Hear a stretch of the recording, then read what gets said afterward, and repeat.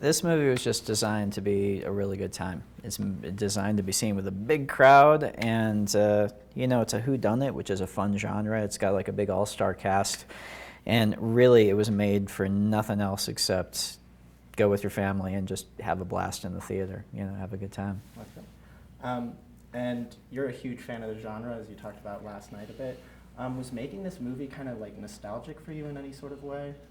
I mean, kind of. I grew up reading Agatha Christie books, and so I've loved whodunit since I was a kid. And there's something about the genre that it's almost like comfort food for me. It just feels really nice, settling into a good mystery, and you have your suspects, and you have your eccentric detective, and you've got all the elements of it, the libraries and the old mansions. There's something about it that feels comforting. But at the same time, I mean, part of the fun of this was taking all that and putting it in 2019 and trying to kind of plug it into the culture today and inject a little bit of, electricity into it. Yeah. What do you want this movie to add to the long canon of whodunit films? Oh God, I don't know. I mean, as long as it can sit on the shelf with them, I'll be happy. I'm a whodunit junkie. I love whodunits. I'll watch anything that comes out and usually love it. So I don't know. I just wanted to do a good one. That's, if I can just live up to the name whodunit, I'll be happy. Was it hard for you to look at this objectively at some point? Did you ever have fears that you were I don't think this is good at all, going to stand up? Oh yeah, of course. Nothing but fears. It's all fear.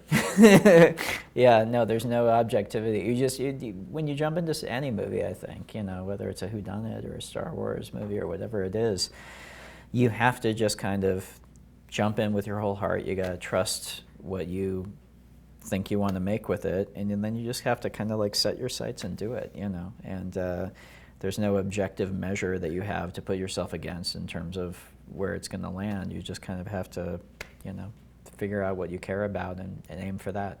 Yeah. What has your experience been watching people, react to the film and getting to go to film fests like this and watching a whole concert hall of people watch and enjoy your film? It's so much fun. I mean, it's fun with this one because it's it's got a lot of humor in it, and it's got twists and turns and stuff for the audience to react to.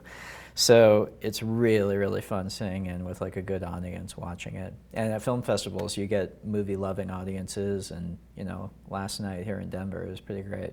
Yeah, and I definitely think this is one of the funniest films you've ever made.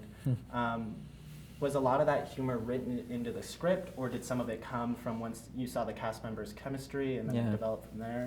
I mean, it was mostly in the script, but the cast members are the ones who bring it,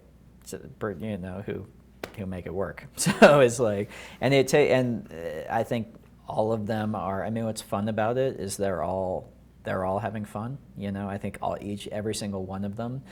And it's a cast full of, they're not all what you would consider comedic actors, like Michael Shannon or even Toni Collette, Daniel Craig. These are not people who you typically see in comedic roles, and I think each of them just had so much fun, just kind of jumping in with both feet and tearing it up, and I think that comes through on the screen.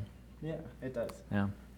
So there's a decent amount of political and cultural references.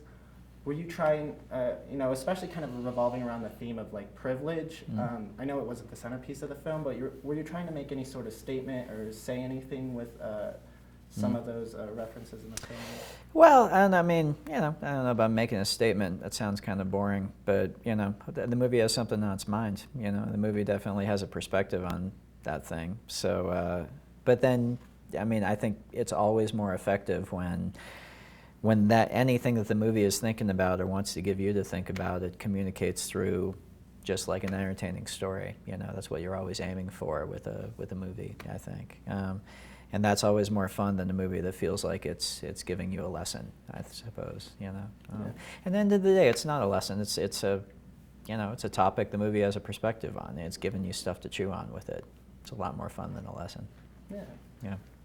What makes you passionate? Oh. From my doubt here. Well, I mean, I don't know. That's a very broad question. What makes me passionate? I mean, I've always, since I was a little kid here in Denver, I've always loved telling stories, as cheesy as that sounds. But you know, even before my dad brought home, when my dad brought home the first video camera on the block, I had that. No one else got to use it. I like took that video camera and it was mine. I was just like running around the house with it.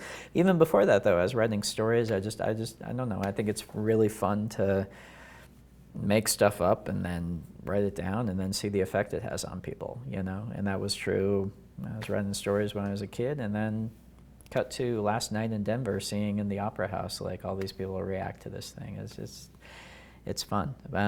But yeah, that's a good and big question. I'm not sure if I answered it well. No, you did. Yeah, for sure. I'm also very passionate about lambada, the forbidden dance.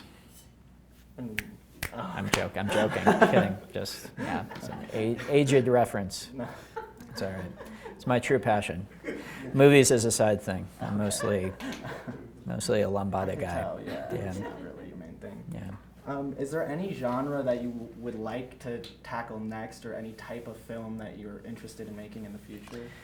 Yeah, there's like a bunch of them. Yeah, I keep talking with because Nathan Johnson, who's my cousin, we've been making movies together since we were 10 years old. He's my composer, and we keep talking about the idea of doing a musical. That'd be really fun. But I would love it. I mean, I had so much fun doing this, and whodunits are such a malleable genre, you know, and Daniel had a good time doing this. I think it'd be a blast to get together with him every few years and make another Benoit Blanc mystery. I think that'd be really fun. Yeah. So we'll see.